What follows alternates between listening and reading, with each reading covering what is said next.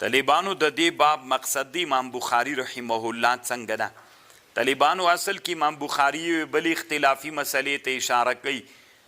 امام مجاهد او طاووس ابن کیسان او امام مالک سی وایي چې یو سړی ویده او ته هغه ویده ته لمونځ کوې نو دا مکروه ده.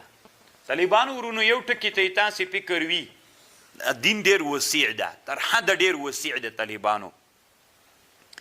نو د دین په ټول اړخونو باندې باید مسلمانان خبر سي.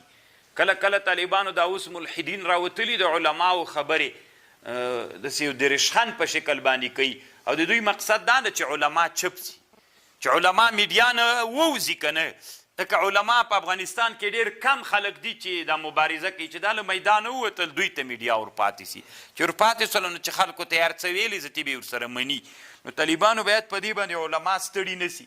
که عالم سمه خبر هم کړي طالبانو پسې خاندي او که خراب هم کړي پسې خاندي.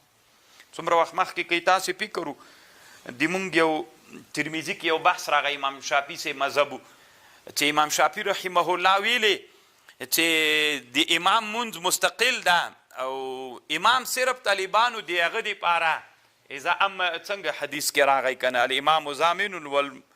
الامام ضامن والمؤذن مؤتمنون که نه هلته هغه تحقیق چا نشر کړي تنا د شافعیانو مذهب نقل کړي.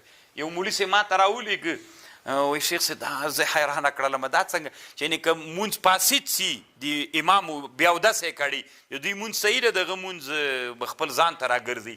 ما ورته ویلي ته دا لږ یې پرې کړی مې ته فکر پکې وکړه یو ټکی ما یاد کړی د دوی وایي نو یې داسې خلکو ته تعبیر کړی چې ګوره داسې نادره مسله یې کړې د شافعیانو مذهب د طالبانو.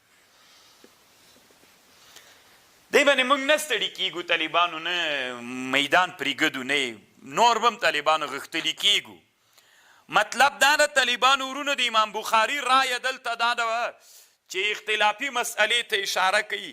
امام مجاهد امام طاووس امام مالک رحمه الله داسې وایي چې مونځ کوونکي ته مونځ کول چې سړی ویده ته مونځ ورته کوي دا مکروه ده. ځکه داسې نه وي چې مونځ کوونکي نه داسې یو شی خارج سي چې خارج سو نو تا به له مانځه نه څوک مشغول به دي کي حضور به دې در خراب سي ځکه مکروه ده. او احناف علما وایي چې مکروه نه ده طالبانو سړی په ویده ده ته مونځ ورته کوې لمونځ هېڅکله ورته مکروه نه ده. نو امام بخاري رحمه الله هم دغه رایه مختاره کړله چې مکروه نه ده طالبانو. نو ځکه وایي باب الصلاة خلف النائم